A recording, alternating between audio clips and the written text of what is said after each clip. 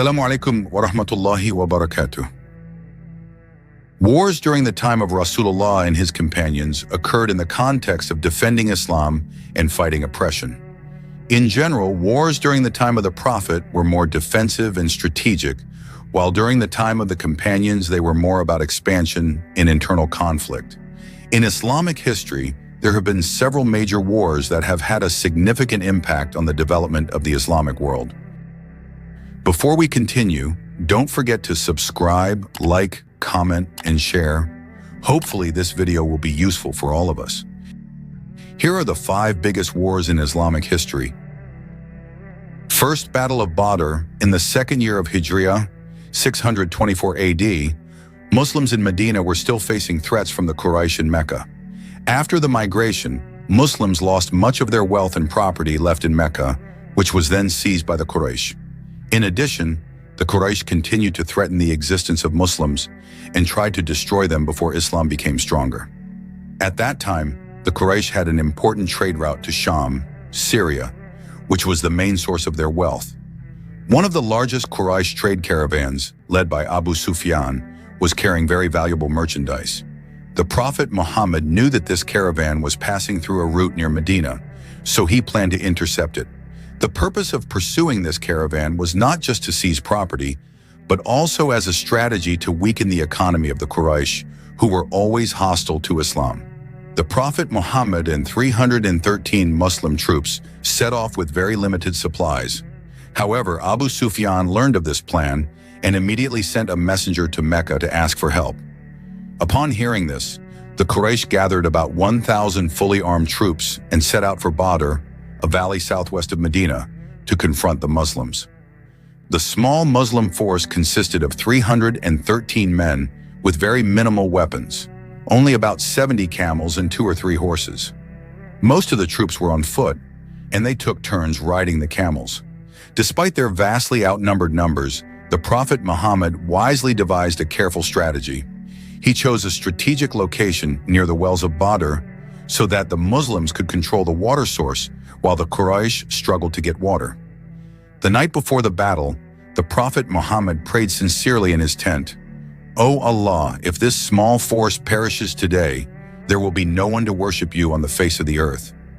Companions such as Abu Bakr, Umar ibn Khattab, and Sa'd ibn Mu'adh encouraged the Muslim army to remain steadfast in the face of battle. On the morning of the 17th of Ramadan, the Quraysh troops arrived at the Badr field. Before the war started, as was the Arab tradition at that time, a one-on-one duel was held between soldiers from both sides. From the Muslim side, Ali bin Abi Talib, Hamza bin Abdul Muttalib, and Ubaidah bin Harith advanced to face 3 Quraysh fighters. Ali and Hamza managed to defeat their opponents quickly, while Ubaidah was seriously injured, but ultimately Quraysh lost this duel. After that, the big battle began. The Prophet Muhammad gave orders for the Muslim troops to remain in defensive positions and wait for the Quraysh to approach. When the Quraysh troops began to attack, the Muslims took advantage of their superior position and counterattacked with great enthusiasm. The Quraysh troops began to panic, seeing the fierce resistance from the Muslim troops. The companions fought bravely, and some of the most influential leaders of the Quraysh were killed in the battle. After several hours of fighting, the Quraysh army began to fall apart. They lost more than 70 soldiers, including some of their top leaders, while another 70 were taken prisoner. In contrast, the Muslims only lost about 14 fighters. The Quraysh prisoners were taken to Medina, but the Prophet Muhammad treated them very well. Some of them were released on ransom, while others were asked to teach the Muslims to read and write as a condition for their release. This victory not only boosted the morale of the Muslims, but also showed that the Muslims were powerful and could not be underestimated. This event was a turning point in the development of Islam and caused many Arab tribes to consider joining Islam. However, this defeat also made the Quraysh even more vengeful and planned a greater revenge, which eventually led to the Battle of Uhud a year later. The Battle of Badr was not just a military victory, but also proved that faith and the right strategy can defeat a greater force. The Battle of Uhud, a year after the crushing defeat in the Battle of Badr, 624 AD, the Quraysh could not accept the defeat. They lost many important leaders, property, and also their self-respect in the eyes of the Arabs. So they were determined to take revenge on the Muslims by deploying a larger and stronger army.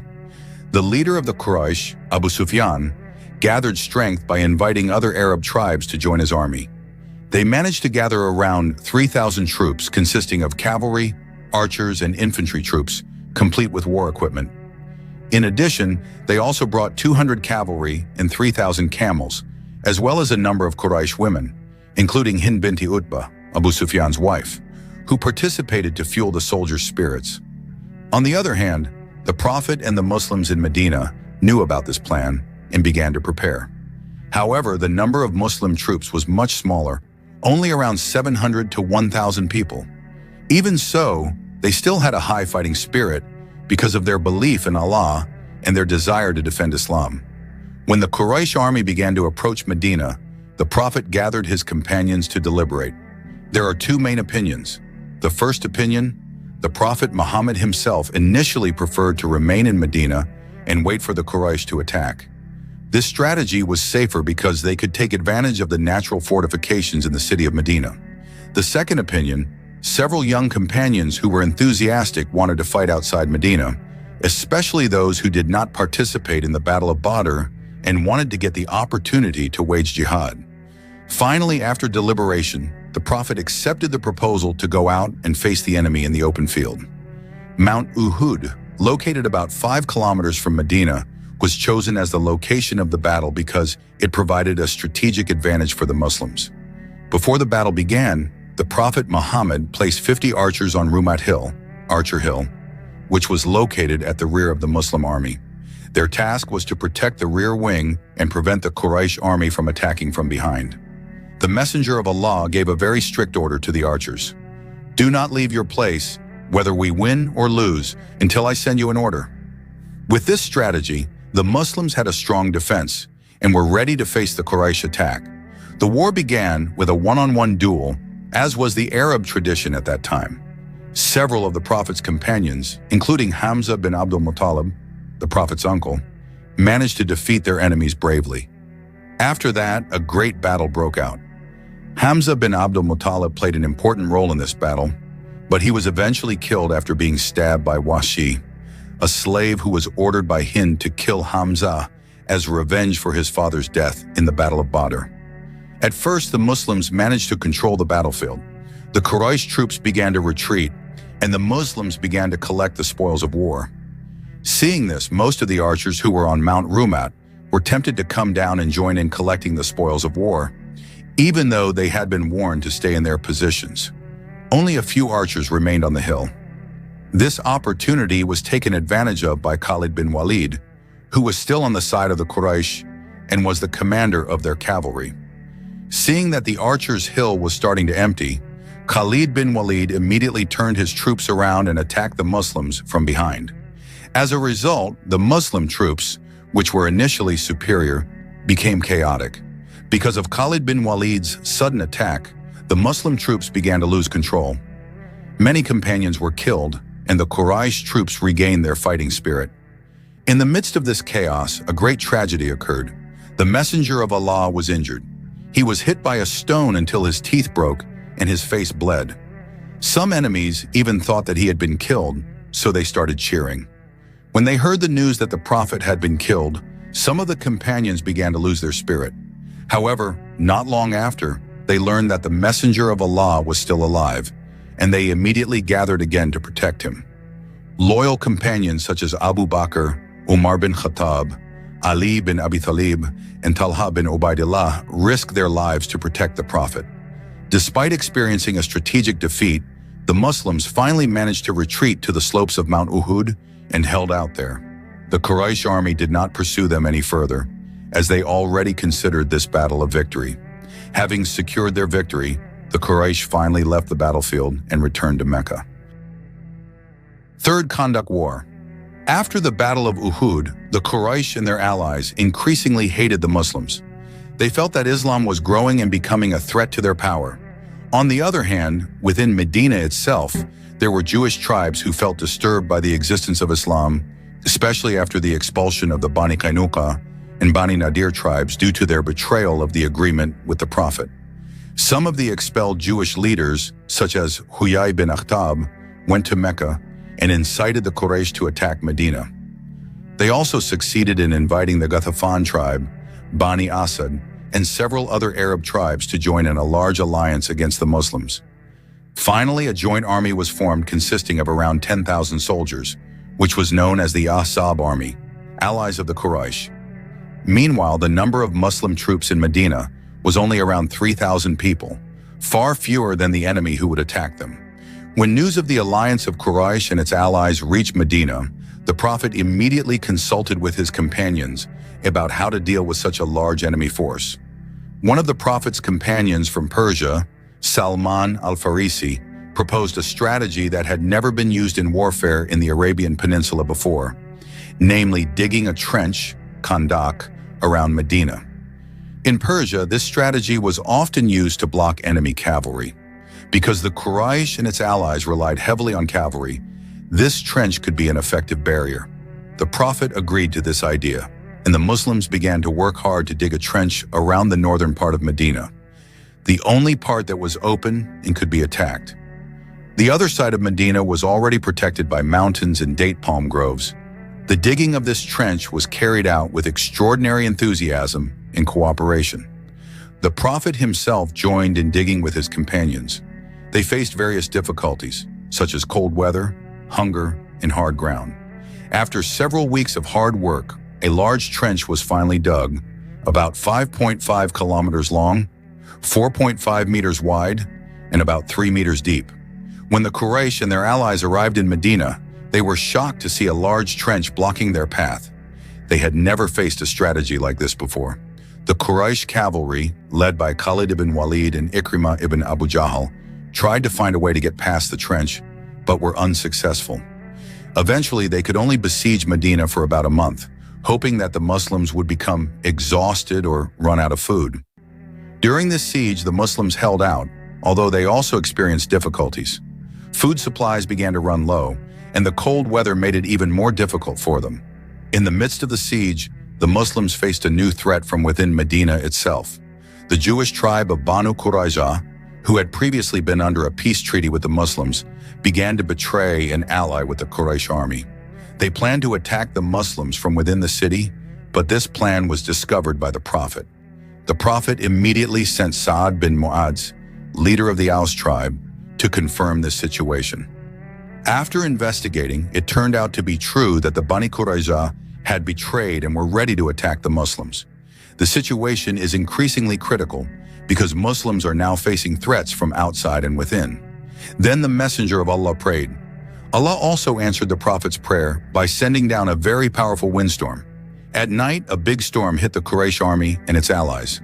The strong wind blew away their tents, extinguished their campfires, and made them unable to sleep. The troops began to lose morale, especially after they realized that their siege was fruitless. Finally, Abu Sufyan decided to withdraw, and the Quraysh troops returned to Mecca empty-handed.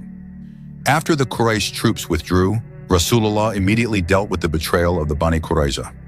The Muslims surrounded their fort, and after several days they finally surrendered. As punishment for their betrayal, the leader of the Aus tribe, Sa'ad bin Mu'adh, who had previously been an ally of the Bani Qurayza, was appointed as judge to determine their punishment. The decision taken in accordance with Torah law was that those involved in treason were put to death, while their women and children were made prisoners. Fourth War of Conquest of Mecca. Since being expelled from Mecca in 622 AD, the Muslims have built up their power in Medina. They faced various wars against the Quraysh. After the Khandaq War, the Quraysh began to lose their influence in the Arabian Peninsula, while Islam became stronger. Finally, in 628 AD, the Treaty of Hudaybiyah was signed between the Muslims and the Quraysh. This agreement contains a peace agreement for 10 years and gives Muslims the freedom to perform Umrah the following year. However, this agreement was ultimately violated by the Quraysh, leading to the Prophet Muhammad deciding to conquer Mecca. In the Hudaybiyah agreement, one of the agreements was that both parties should not attack each other or help each other's allies in war. However, the Quraysh tribe secretly helped the Bani Bakr in attacking the Khuza'a tribe, who were allies of the Muslims. As a result of this attack, several members of the Bani Khuza'a were killed, and they immediately asked the Prophet for protection in Medina. When he heard this news, the Prophet was very angry because this was a direct betrayal of the peace agreement. Raaulullah sent a messenger to Quraysh, demanding two choices. 1. Pay diyat, ransom, for the victims of Khuza'a. Cut ties with Bani Bakr. 2nd, admit that they have canceled the Hudaybiyah agreement. However, the Quraysh rejected all these options and realized that they had made a big mistake. Abu Sufyan then went to Medina to try to improve relations with the Prophet, but his efforts failed. Thus, the Hudaybiyah agreement was officially canceled, and the Prophet prepared to conquer Mecca. The Prophet Muhammad gathered around 10,000 Muslim troops, the largest number in Islamic history at that time. However, his strategy was to conquer Mecca without bloodshed. Therefore, he kept this plan a secret, even from most of his companions, so that the Quraysh would not prepare for war. He also sent several companions, such as Hudzaifa bin Yaman, to monitor the movements of the Quraysh. On the 10th of Ramadan 8 630 AD, the Muslim army arrived near Mecca and began to surround the city from 4 directions. North, led by Khalid bin Walid; west, led by Zubair bin Awam; south, led by Sa'd bin Ubadah; east, led by the Prophet Muhammad himself. This strategy surprised the Quraysh, and they were unable to put up any resistance. Most of the Meccans surrendered without fighting, because they had realized that the Muslim force was too great. However, at one point, some members of the Quraysh, led by Ikrimah bin Abu Jahal and Safwan bin Umayyah, tried to put up resistance. Khalid bin Walid's troops serving in the north were finally involved in a small battle, but it did not last long because the Quraysh troops immediately surrendered. Apart from that, Rasulullah has also provided security guarantees for those who remain at home, enter the Grand Mosque, or take refuge in Abu Sufyan's house. After the city of Mecca was successfully captured, the Prophet entered Mecca with great humility. He did not show any arrogance at this victory, but instead bowed his head almost to the touch of his camel's saddle as a form of gratitude to Allah. When entering the Grand Mosque, he faced the Kaaba and said, "There is no God but Allah. He has no partners. He has kept his promises, helped his servants, and defeated the enemy forces alone." 5. The Battle of Yarmouk.